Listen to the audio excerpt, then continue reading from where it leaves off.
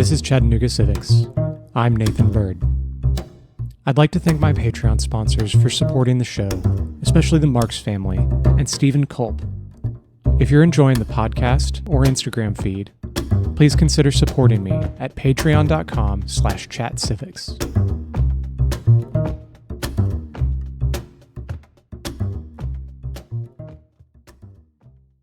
My name is Charles Frazier. I am the relatively new Chief Executive Officer of CARTA, which is the Chattanooga Area Regional Transportation Authority, and I have been in the role for just under 4 months. And so there's a lot of background noise going on behind us. Explain where we are sitting right now and why we're here. Yeah, sure. So we are on the Incline Railway, about halfway up the mountain here at Lookout Mountain. And the purpose is we have coordinated with our first responders here in Chattanooga to go through a field exercise on the Incline Railway where we have staged an incident. And the incident is that the rail car itself has been disabled and that there are 3 people on the rail car that need to be rescued. And so the background noise is the first responders both on the vehicle, which is now stalled, and we're waiting for the emergency responders to attend to the emergency situation. So the whole point of this is being proactive and providing an opportunity for our first responders to become familiar with the very unique circumstance should there ever be an emergency on the Incline Railway. And this is really a best practice for transit authorities. And I'll just share with you that in the future I would anticipate additional exercises similar to this one, but with other technologies that CARTA owns and operates, specifically our battery electric buses. And so in an emergency situation, we would want our first responders to be very aware that they're responding to not a diesel bus fire, but a battery electric bus fire or situation. And there's significant differences for their safety and the safety of the public in general. So that's why we're here. Awesome. Thank you. So we're here doing this emergency exercise. You were mentioning before the interview how your previous experience kind of kicked off your thought process about why this kind of exercise is important and how to organize these sorts of exercises. So tell me a little bit about that. Yeah, so I think I'll share a little bit about my background with you, but maybe specifically address the second part of your question, which is what part of my background led us to doing this exercise today, and that is really from my experience working in Palm Beach County and in South Florida, where we have a robust emergency operations center because of the hurricanes that we experience there on an annual basis. And so part of my experience there was certainly going through tabletop and field exercises that familiarize first responders and the community with unique circumstances in emergency situations. And so that specific experience is really translating directly into what's happening here.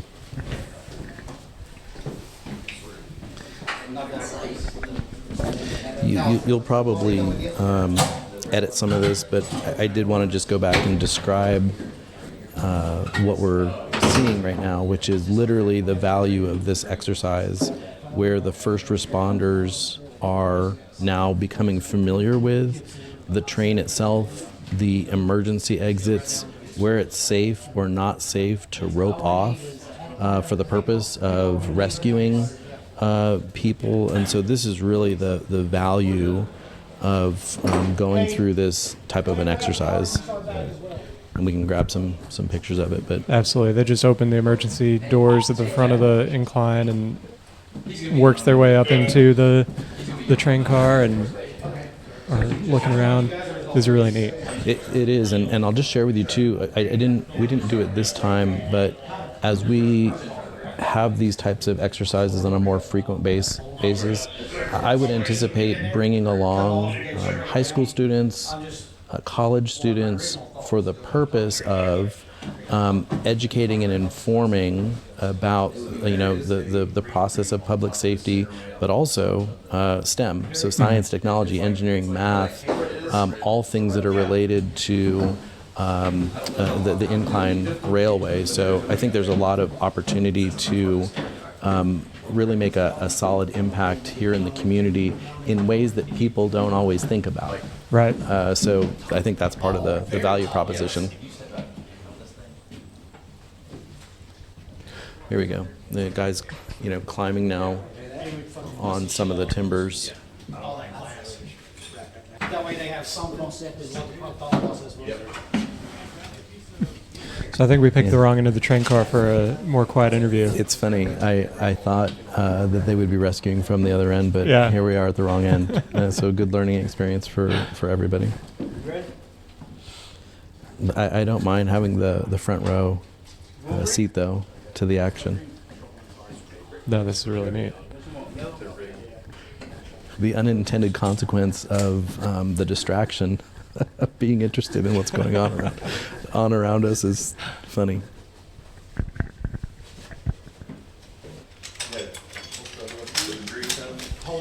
Nathan, we'll get to the other questions that you have for me, but I did want to just provide a little bit of a commentary in terms of partnerships in our community. And for me, CARTA, I think, has a tremendous opportunity to be a very, very good partner on many fronts. So, of course, we're going to talk about mobility, we're going to talk about parking, we're going to talk about the Incline Railway and all of those things. But for me, I think a lot of my interest is finding the creative partnerships that really bring value. And so this partnership that we're observing, with emergency management, the first responders, Chattanooga Fire Department, all of this, I think, is a part of the value proposition that CARTA can bring to the table as the authority here locally. Absolutely. Well, it's a low angle. So it's just to sit there and hold them on. So while we're watching them get set up, tell me a little bit more about your background. So. Sure, and I won't bore you with all the gory details, but I think I would just share a few things. Number one, I'm from the Pacific Northwest.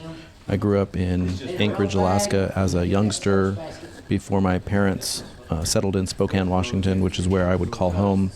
And I was fortunate to attend Gonzaga University, and again, got to take the opportunity here to say go Zags for all of the college basketball fans. But my studies there were focused on finance and management information systems, which I'm thankful for, but also because it's a liberal arts college, I was happy to take, I don't know if happy is the right word, but I took 4 years of philosophy and religion, which really gave me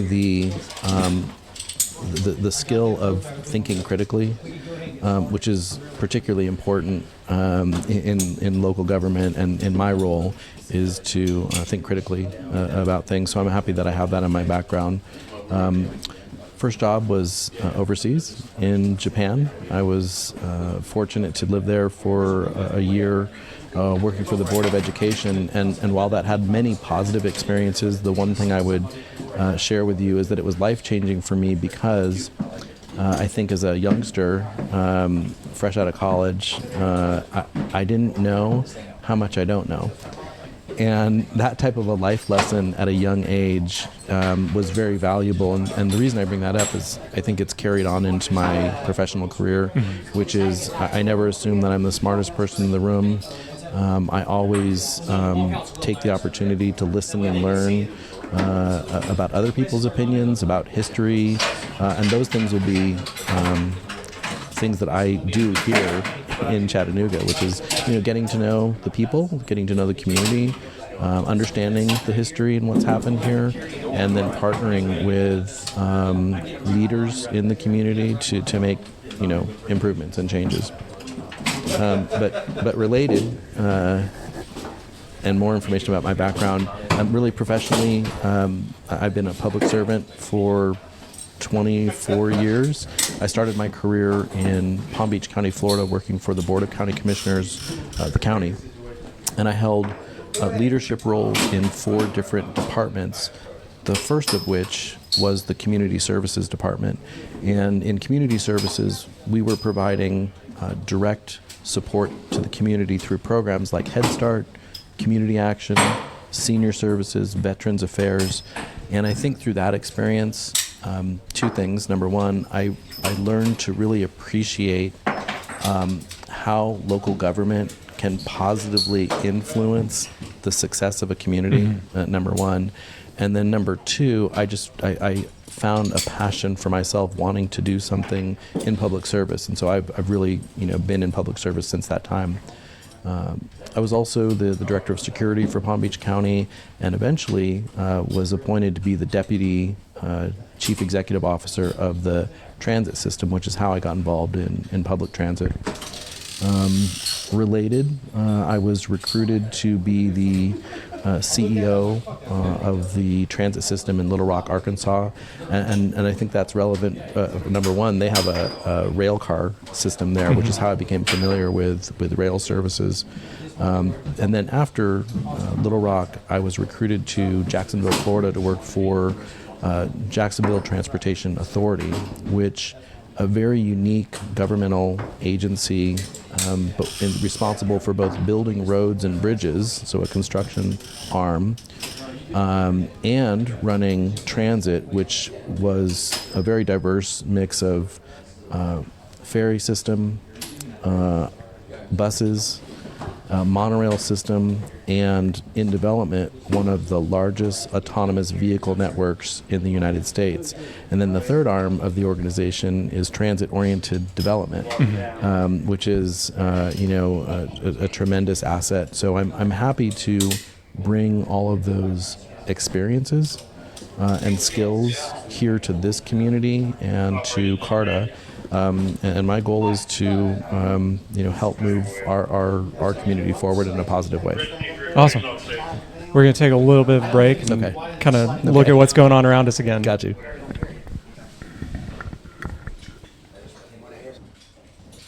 So we took a little bit of break to watch the rescue mission, and they pulled these guys down the train car, down a ladder. There's ropes all over the place. And now they're in the back of the car, and they're looking at setting up an anchor to rappel off the bridge that the incline is stopped over right now. So we're up in the front of the car watching them. For everybody listening, there will be videos of all this on the Chattanooga Civic's Instagram feed, so be on the lookout for that. I guess we will get back into the interview. They're setting up ropes and kind of out of the way. But what I was about to get into is basically wondering if you could explain the structure of CARTA, the board, where you fit in as the CEO, how all of these people are appointed, and what your responsibilities are. Sure, thank you for that. And so I think start off with our board of directors. So we're created by an interlocal agreement between Hamilton County and the city of Chattanooga. And then there's a city ordinance that gives us direction on how the board is made up of. So the city of Chattanooga has 10 representatives on the board, and they are appointed by the city. And Hamilton County currently has 1 representative. So I've got 11 board members, and our bylaws allow for additional board members if we should expand into other jurisdictions. So whether that's city of East Ridge or Red Bank or other locations, there's opportunities for additional board members in the future, which I think is important as we start to think about a more regional transportation network. So there's the board.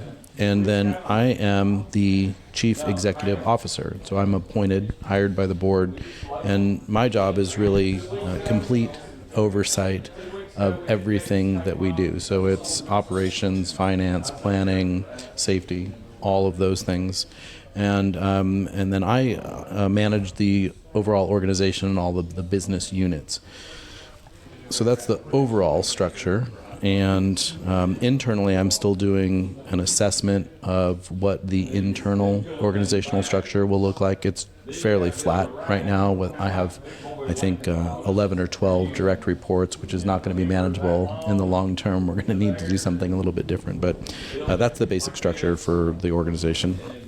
And you mentioned, I want to pull on this thread a little bit, you mentioned the possibility of expanding into other municipalities like East Ridge and Red Bank, and what would that look like? What are kind of the barriers right now to bringing on these other jurisdictions? Is that something they have to sign up for, or is that something CARTA could elect to expand? How does that work? Yeah, let's take it from the point of view of somebody in our community that wants to get to a job opportunity that is outside of the current service zone. So we serve currently the city of Chattanooga, but if I'm a rider and I've got a job opportunity in East Ridge, I'm not really interested in the jurisdictional lines. I am interested because the bus stop is only in the city limits and I can't get to where I'm going. So number one, I think it's important that we absolutely look at a regional transportation network. So number one, we should do this for a vibrant community, number one. The answer to your question is, I think part of what we could look at history a little bit. So CARTA used to provide service to many of these locations, and there were contributions from those entities. And that was Signal Mountain and East Ridge and Red Bank. And throughout the years, I think budgets got tight and they reduced their funding and left the organization, and so we weren't able to provide that service anymore. So that's a very general kind of an overview. But looking forward, I think what we want to do are find opportunities to properly fund transit in this community, and I think it's got to take into consideration jurisdictional lines. We gotta not just serve one area. Right. We need to spread out. So that brings me to my next question: is funding more generally? How is CARTA funded, broadly speaking? Yeah, broadly speaking. So I think that number one, the first thing I would let you know is CARTA as a transit authority, we're unique in that we do more than just provide transit operations. So we own and operate the Incline Railway, which we're sitting on right now. We own and operate 3 parking decks, 5 parking lots, and then we manage on-street parking for the city. So all of those things are unique to this transit authority, and I think assets for this community. But we're generally funded by federal and state grants is one major source, and then contributions from our funding partners. Here locally now, it's the city of Chattanooga, which is our primary funding partner.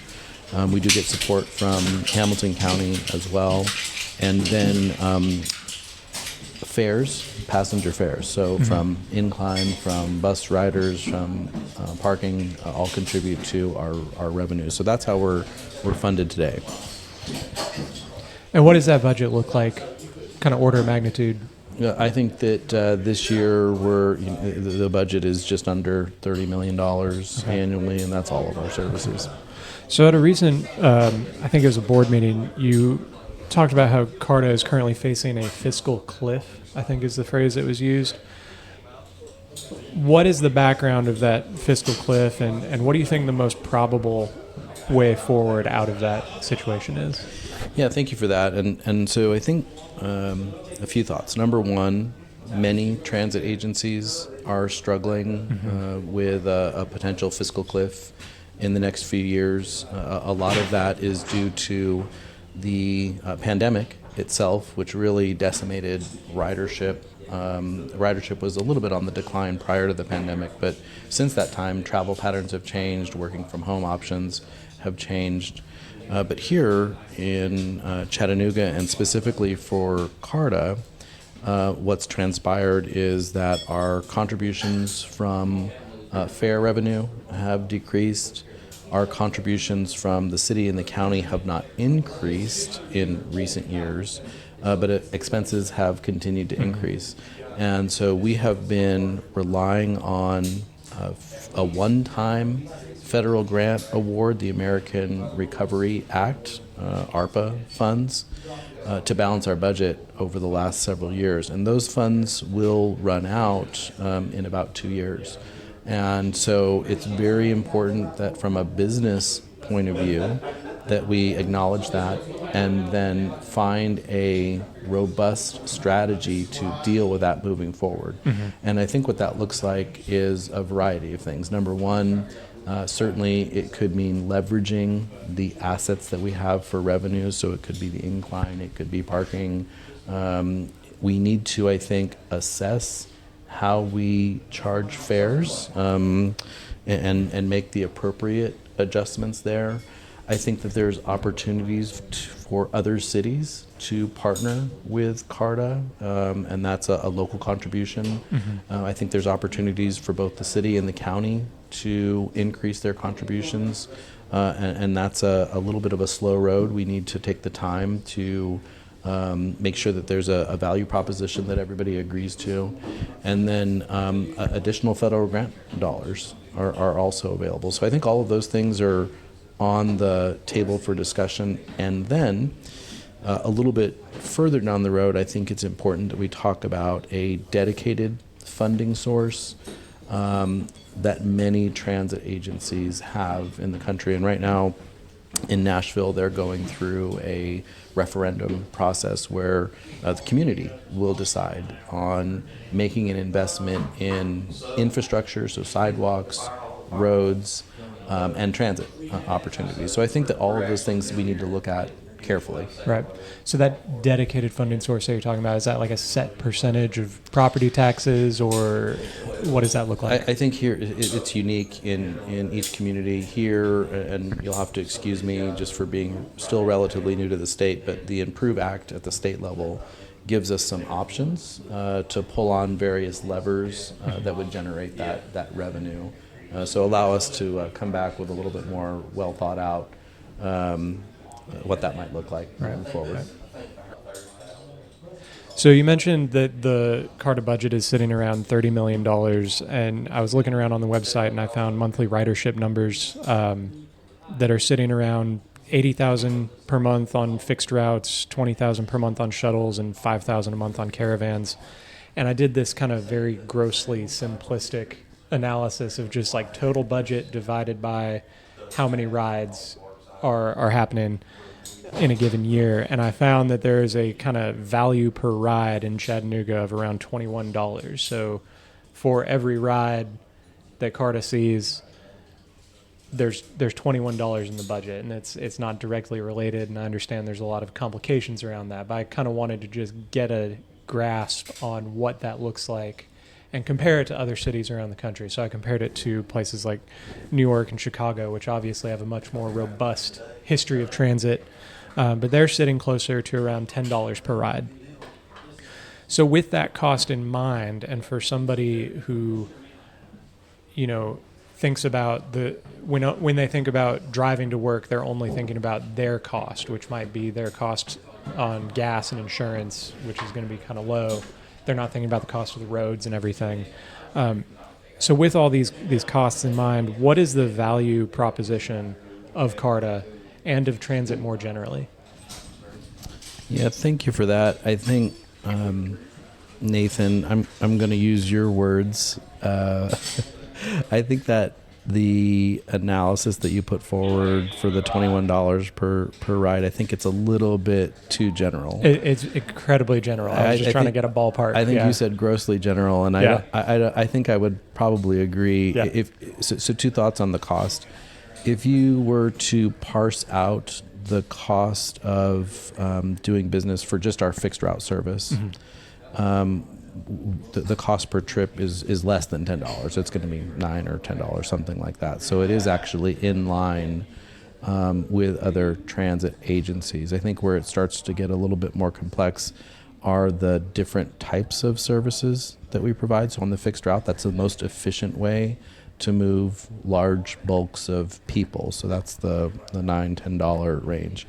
When you look at some of our other services, the door-to-door paratransit service, for example, that's going to be more expensive per trip. But I think a couple of thoughts on the value proposition. Number one, and at the highest level, I think that it's generally well known that for every dollar invested in public transit here in the United States, there's an associated $5 of economic impact.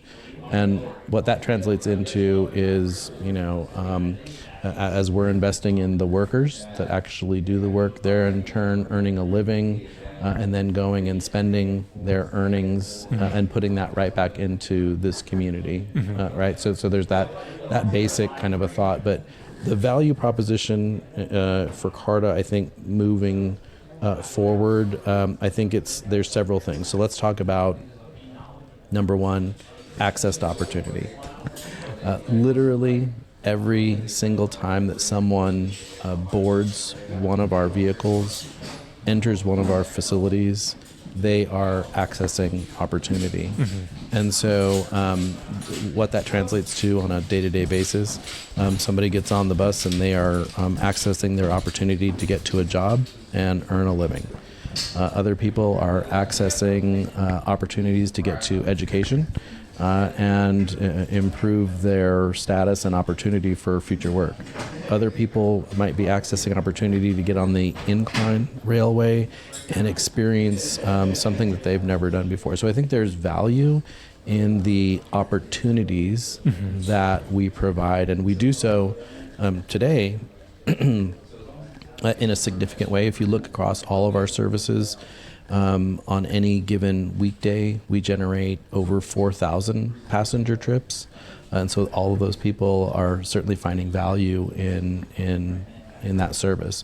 Similarly, with parking, we are generating over 4,500 individual parking transactions on a typical weekday. So I think there's the value proposition of the impact that we currently are providing. But also, I think that there's other value propositions to be earned.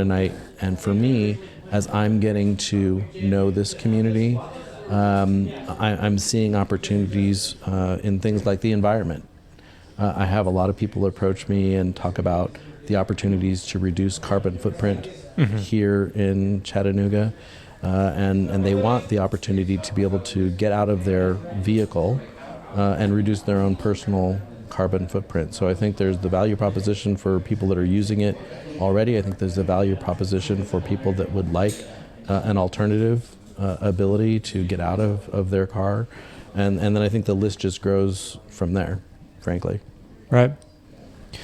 So with all these value propositions, thinking about different ways CARTA can serve the community, what are the primary criteria that you're looking at as indicators of the overall success of CARTA's system? In other words, what's the real goal? Is it number of riders, or is it geographic area served, or is it access to low-income citizens getting where they need to go, or is it number of car trips replaced? So maybe moving out of focusing on that lower income bracket and just looking more broadly at replacing car trips for anybody. What is the key measure of success, or measures of success, that you are looking at? Thank you for that. And so I think where I would start is at the very highest level. I think the goal for CARTA is to drive economic development in support of a vibrant and thriving community. Is really, I think, the overarching goal.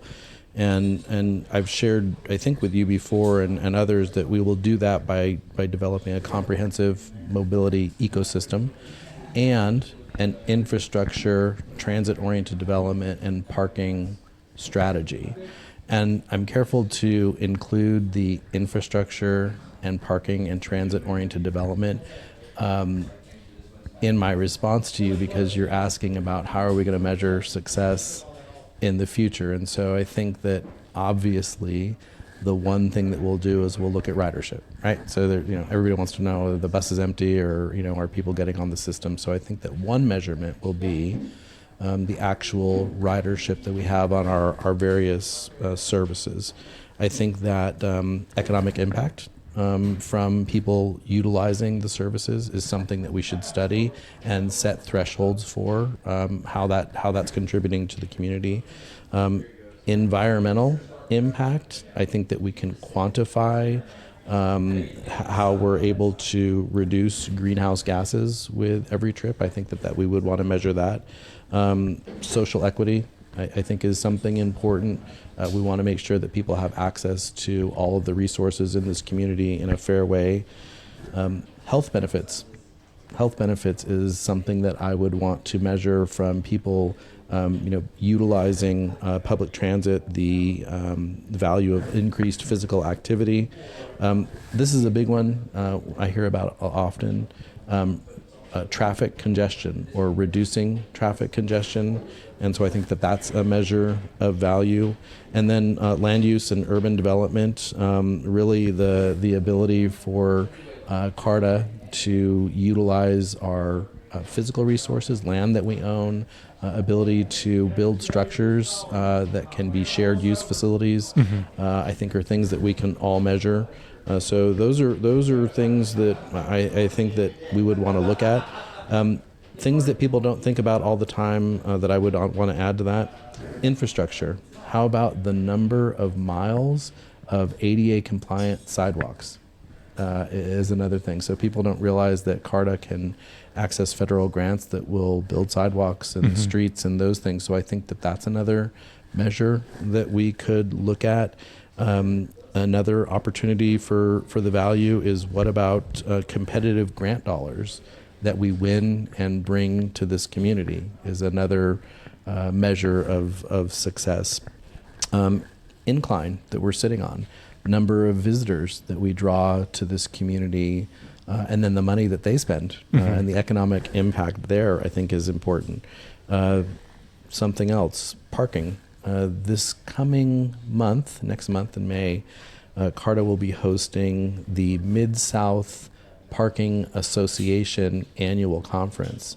And there'll be an economic impact to the 200 plus visitors that come to the city and spend 2 or 3 nights in our hotels and eat in our restaurants. And so I think that the fact that we are involved in parking, I think there's a value proposition there about the economic impact of bringing people to this community. So absolutely, I think that for my board and for myself, that we will have to spend some time as we're developing our strategic plan in identifying what are the critical factors or key performance indicators that we would want to establish. And I think that'll be reflective of the priorities of the community. Right. I had one thought about parking in particular. I can see it several different ways that CARTA's involvement in parking creates a value proposition, but they're kind of in conflict with one another. And so I'm wondering if you've had any thoughts on this or if CARTA has any particular strategy when it comes to parking, because the way I see it, there's 2 ways to look at it. You can provide parking as a public service and create parking in key demand areas and offer it for maybe a reduced rate to stimulate business in the area, something like that. Or so you've got parking as a service on one side, or you have parking as a subsidy for transit on the other side, where you're extracting the value of a public parking lot at a market rate and using that, what would be profit for a private entity, and using that to subsidize transit. I'm wondering if CARTA has a set strategy on this, or if this is something y'all are still working through. I appreciate the question, and I want to give you a couple different thoughts in terms of a response. Number one, I'm not sure that historically CARTA has enough of a strategy to fully leverage the asset. So I say that very respectfully to what's gone on here historically. looking forward, what I would say is that CARTA wants to be in lockstep with the city of Chattanooga and develop with the mayor's office a comprehensive parking strategy that allows us to accomplish both of the things that you brought to the table just now. So it's both an opportunity to help drive economic impact by providing the service, the availability of parking, and the opportunity to leverage revenues from that to further subsidize mobility options in the community. So I'll share with you something I've been thinking about, maybe one step back. First of all, we'll develop that strategy. It hasn't been developed yet. We want to partner with the city to do so and make sure that my board is involved in that conversation. So it's coming. But something that I've been thinking about in terms of vision is the opportunity to capture persons that enjoy a vehicle and have the vehicle, and they come downtown. And this is my my Disney World vision. When I go to Disney World, if I'm driving to Disney World, once I park my car, I don't want to see it for the next 3 or 4 days that I'm there at Disney World enjoying, being there, and I don't want to see my car again. I think similarly, there's an opportunity here in Chattanooga, whether it's people that are coming in for the day or business travelers that are here for a few days. Once they're here and they've parked their vehicles, maybe it's in our parking deck, my goal is that they would have mobility options, whether it's the electric shuttle, bikes, some other resources, that they would not need to get into their car again until they're leaving the city. Right. Looks like the fire and rescue is unloading, so we're going to take another quick break and let them get all their gear off. They finished rappelling out of the back, and they're shutting it down. So we'll take a quick break. Okay, thanks. Whenever you're ready, we can get going again.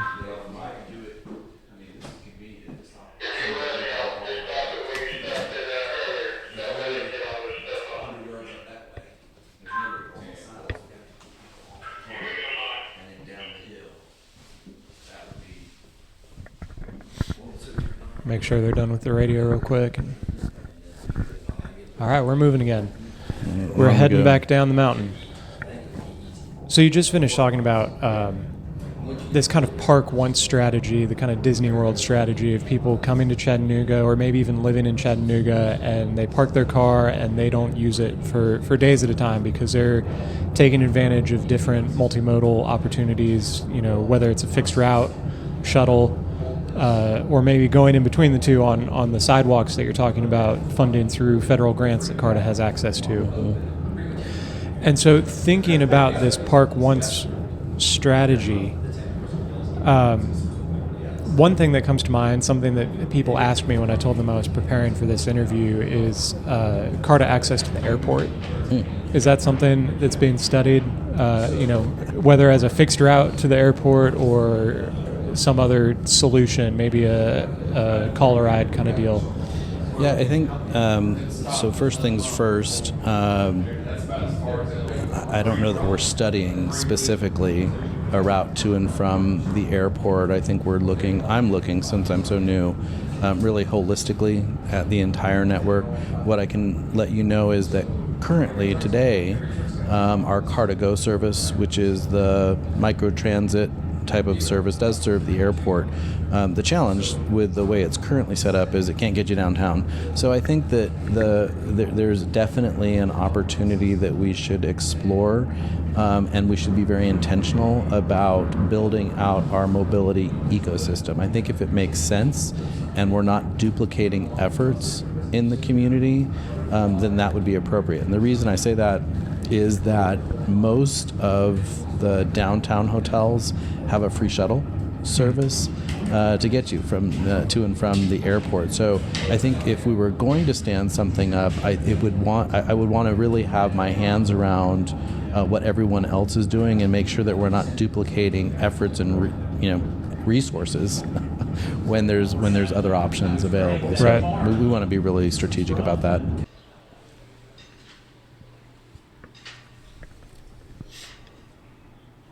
All right, so we have left the incline and set up outside after a really interesting emergency prep exercise, and it was just so cool to see. So again, thank you for inviting me out to record in such interesting circumstances, and again, explaining to the listeners there is a lot of background noise. I hope you bear with us, but there will be a bunch of videos of it up on Instagram. Yeah, you bet. And of course, I just want to say, too, the caveat is I think I was very distracted. I was, too. the whole time. And so I was looking at the opportunities to observe the first responders as they were familiarizing themselves with the very unique environment that they were in, up on that lower trestle, and then doing the rescue of the folks on the vehicle. So I was a little bit distracted, but I think now we're more focused. So happy to be here. So a couple months ago, you gave a presentation to City Council. I think you were maybe 7 weeks in to your time like here. that. So it's still very new, just getting the lay of the land. But one thing you talked about was the difference between a traditional spoken hub kind of system where there's a central transfer point for most of the fixed routes. And if you want to get from point A to point B and they're not on the same route, you got to go downtown, get your transfer, go back out, and how inefficient that can sometimes be for somebody who's just trying to get to work or drop their kids off at daycare. And then you described what you called a mobility ecosystem, where it's a more interconnected system with multiple offerings, not just fixed routes, the large 35, 40-foot buses that we're used to seeing, but multiple types of transportation. So could you tell me more about that mobility ecosystem idea and ways that you are looking to move CARTA in that direction? Yeah, thank you. I think, first of all, I really appreciate that you were able to articulate the concept back to me just now very well. So that means that it was descriptive when I first presented it, but you're right on track. So I think the concept is plagued transit systems all over the United States. The concept of a one-seat trip has created these very long, inefficient bus routes that take a long time to traverse. So here in Chattanooga, I've observed our Route 4, which goes out to the Hamilton Place Mall, is an hour one way. And so the concept of a mobility ecosystem, it challenges us to do more with different tools. So we currently really only have a handful of tools, and you said it better than I did, a 35, 40-foot bus. The mobility ecosystem is about strategically placing what I would refer to as a mobility hub, and that could be anything from a shelter type of a situation, a super shelter. It could be one of our parking garages. It could be a recreation center or a library in the community. And with that as an endpoint, creating very high frequency routes between mobility hubs, like direct routes, 10 or 15 minute frequencies between those specific locations. And then applying different tools, for example, microtransit. So I'll get spanked a little bit here from my own staff. I'm fairly critical of our current deployment of microtransit, the CARTA Go, because the zone is too big. It's providing more of a taxi service, curb to curb over a long distance. And I think that the way we need to apply that tool is strategically around the mobility hubs with the purpose of coming and getting you from perhaps it's your home and taking you to the high frequency route. And then at the mobility hub, you get the opportunity to get out of the elements. And it's not a one-seat trip. You're going to transfer along the way. And at the end, that's going to be in a more efficient way to move people throughout the community. So I think at the core of what this is it's making sure that we have the right tool and applying it properly. and then also making sure that our toolbox is filled with all of the correct mobility tools. So Right. we're fortunate we've got the big bus, we're fortunate we have the shuttle, we're fortunate that we have a microtransit service that we've piloted. We need to reframe that a little bit. But we still lack a commuter bus. We still lack van pool. We don't have our mobility hubs clearly identified and invested in those opportunities yet. So I think we have a ways to go. Mm-hmm. A couple thoughts on that. So I'll take this in a few different directions. Sure. My first thought is it sounds almost like you're taking the spoke and hub model, shrinking it down to a neighborhood level, and then interconnecting all the hubs is how I'm envisioning it. So like you said, instead of going curb to curb with CARTA Go, you go from your house and they'll pick you up at your house, but you're going to the transit center. And then from that transit center, you might take a fixed route or a shuttle to another transit center, and then either walk or bike or take another CARTA Go to your final destination. Am I kind of articulating that? You've articulated it perfectly. That's exactly what that is. And so this is that multimodal type of transit trip that you might take. And so we were just talking about, the concept of parking and how does that play into it. It's similar, regardless of, let's say the parking garage is the mobility hub. So regardless of how you get there, if you got there from a microtransit trip and it came into your home and picked you up, and now you're at the transit center so that you can get on the high frequency route, that's one way. Or if I drove into town from Hickson and I've parked my car at the parking garage, that's still the mobility hub, and now I'm going to transfer to either the free shuttle or the high frequency route to get to my final destination. So it's really to be used by everybody regardless of how you got to the mobility hub itself. Mm-hmm. So the next thing that comes to mind for me then is frequency becomes a really big issue, I think, if you're asking people to make transfers. Just thinking through my own experience, if I'm being asked to make a transfer, that is something that has put me off even using the electric shuttle, which is free and runs right by my house. But if I'm going further than the Chattanooga Choo-Choo and I know I'm going to have to wait 15, 20 minutes for my transfer, then I'm thinking maybe I'll ride my bike or drive my car. So how does frequency play a role, and how do you balance frequency versus coverage? Like, what does that look like to make that mobility ecosystem work? Yeah, sure. I appreciate that. So I think a couple of thoughts. First, frequency equals freedom is the quote that comes to mind. So if we've got very, very high frequency and I know that the bus is coming shortly, I'm likely to utilize that service, number one.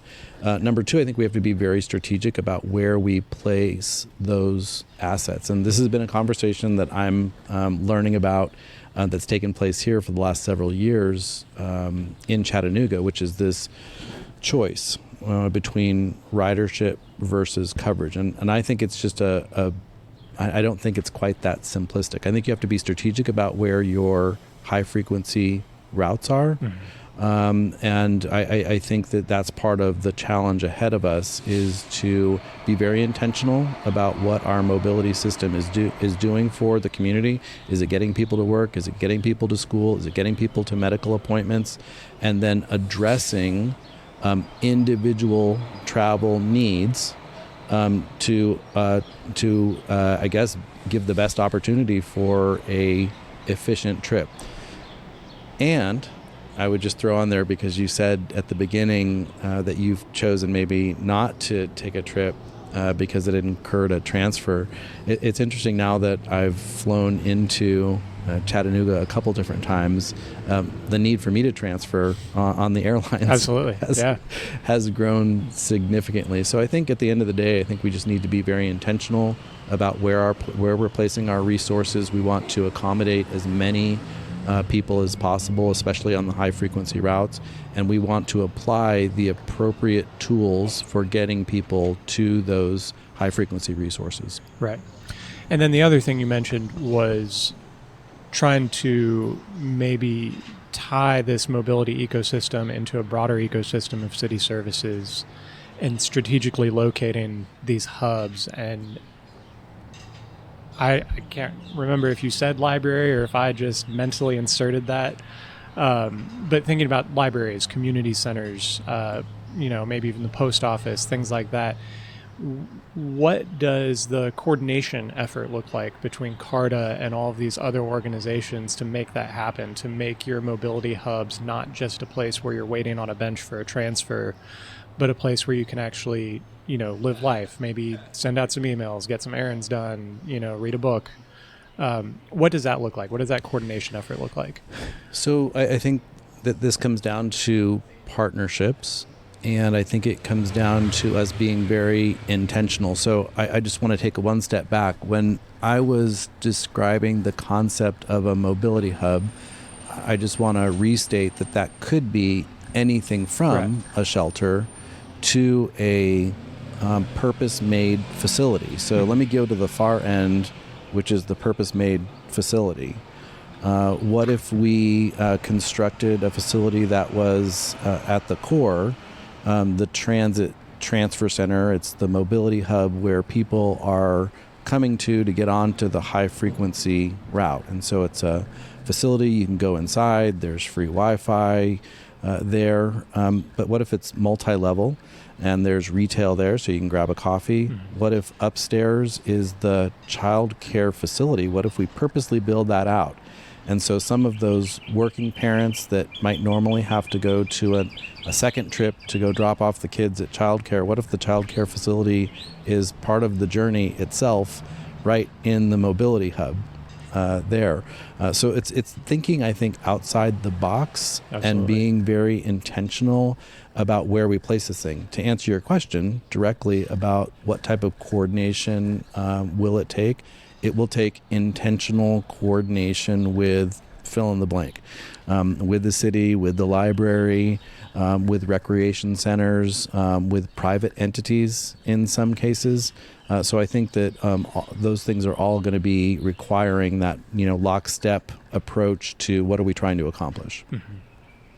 So I want to go back and zoom back out and talk about the presentation that you gave to City Council again. You mentioned 4 strategic imperatives, and that's building trust, demonstrating community value, finding funding, dedicated funding sources, and then right-sizing the CARTA budget. So if you could just walk me through those 4 strategic imperatives again. Yeah, thank you for that.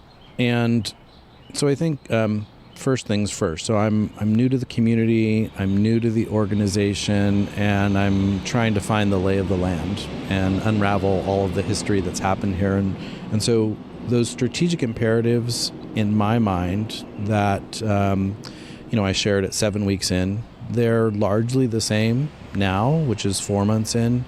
And so in order of importance, I think number 1, CARTA needs to reestablish a reputation as a trusted service provider in this community, and frankly, that's not something that's just given, and that's not something that I can get just by being a new member of the community. Trust is built with consistency over time. Mm-hmm. Consistency over time. So it's going to be a little bit of a time investment, but I think it starts with a level of professionalism that goes from the bus to the bus yard to the boardroom. Like, it doesn't matter if it's me, if it's one of our bus operators, if it's an attendant, if it's an incline operator. I think we all need to be demonstrating professionalism. I think we are all operating with a sense of urgency to be responsive to the needs in this community as a public service organization. And I think that in everything that we do, we need to be demonstrating that we are good stewards of taxpayer dollars and not being wasteful. So I think if professionalism, sense of urgency and responsiveness, demonstrating that we're good stewards of taxpayer dollars, if we can do that consistently over time, I think that establishes the trust. Mm-hmm. And then value as a community partner, it seems to roll right into that. Building trust and building value. It does seem to flow together. So I think how I had articulated that is, establishing our role as a valued community partner. What are we doing that's good for this community? And so I think this is about building strategic partnerships. I think it's about having a visible presence in the community. I think it's about actively listening and then creating solutions that solve problems. So I'm going to give you a couple of examples. A visible presence as a community partner is something that we just completed here today when we did our field exercise with all of the emergency responders in this community. So we are hopefully demonstrating value as a community partner to help draw attention to, number one, this unique asset, number two, to our emergency responders that could have to respond here. That's one way that we could bring value to the community. I'll share another one with you. We are right now planning with the Chattanooga Public Library, Will O'Hearn and his team, a fare-free pilot program that will take place over the summer for students, K through 12, that are enrolled in the library's summer learning program. In that program, every child that is registered will be able to travel on CARTA bus services at no charge, so fare free for the entire month of June and the entire month of July. And what that does is give kids and their families opportunity to get to learning situations and activities all throughout the summer. Parks, recreation, get outdoors, but also the ability for these children to get to hot meal services, which is critically important, especially when school is out during the summer. And so it's that type of a creative community partnership that I think starts to bring some value as a trusted partner in the community. We're looking out for the best interests of what's going on here in Chattanooga and Hamilton County. Right. I'm curious, did that idea originate with the library or with CARTA? So the funny thing is that I think that in my presentation to the city council, I had referenced a pilot program that we had completed in Jacksonville with Read USA, where we were actually using our microtransit service to get high school seniors from tutoring locations at different elementary schools. We got them out of the Uber, got them out of the taxi where they were spending a lot of their money, and onto public transit, which has allowed them to hire more seniors for tutoring. So I think the idea was out there, and then Will O'Hearn at the library approached me and said, "Hey, listen, we're thinking about a partnership. What do you think about maybe a fare-free opportunity?" And I said, "Yes, sign us up. Like, let's explore what that could look like." And from there it got legs. So, two things. If you are a student that's 12 years old or older and registered in the program, you show your ID card to the CARTA operator and you get on fare free. If you're 11 or younger, you show your card, you get on free, and so does your companion, your adult, your older brother, aunt, uncle. So two people get to ride free over the summer. So I think it's certainly a partnership. I don't know if it started with me or started with Will, but we're absolutely dedicated to finding those types of strategic partnerships and leveraging the assets that we have at CARTA for the benefit of the community. Right. That's really exciting for me to hear, especially, it sounds like it did kind of come from Mr. O'Hearn, and bringing that idea to you, that openness to an idea like that, I think is something, breaking down the silos of city government that I've been hearing a lot more, not just from you, but from people like Scott Martin. And I think it strikes me as really a great way to build that community value, to be open to ideas like that and not just say, well, we haven't really done anything like that before, so, maybe 10 years from now we'll think about it. But to have that energy to take on a project like that and figure it out in real time, I think is a big part of building trust and building value. So it's exciting for me to hear about that program and hopefully more opportunities like that for governmental entities to creatively and proactively work together instead of reactively. Yeah, this is one of my favorite parts of the role here as the CEO of CARTA. I think is to explore those opportunities. I'm a big fan of pilot projects. Let's try something and see if it's beneficial and if it's solving problems. One of the ones I'll plant a seed. I don't know that it'll come to fruition, but we're exploring now the opportunity to donate one or more of our big buses. We've used it and it's reached its useful life, and we would surplus it normally. But right now I'm exploring with the city, what if there was the opportunity to donate that vehicle to the city? And the conversation is, what if that becomes a mobile food truck over the summertime, and then we're hoping to address some food desert issues in that way. So again, I'm not sure that particular thing will come to fruition, but I like to explore all of these opportunities with the resources that we have. Awesome. I want to briefly talk about the dedicated funding, because we've already kind of sprinkled that throughout the conversation, but if you could just touch on that and summarize, I guess, the strategy for finding a dedicated funding source. Yeah, I wish that I could speak a little bit more knowledgeable about the laws here in Tennessee. What I can say at a very high level is that the Improve Act does give an opening for dedicated funding that could fund not only transit but infrastructure. I'm talking about sidewalks and streets and transit. And so Nashville is going through that process now, a referendum that would support infrastructure and transit into the future years. And this is something that I'll definitely be exploring with the TPO, city, and our local officials. Mm-hmm.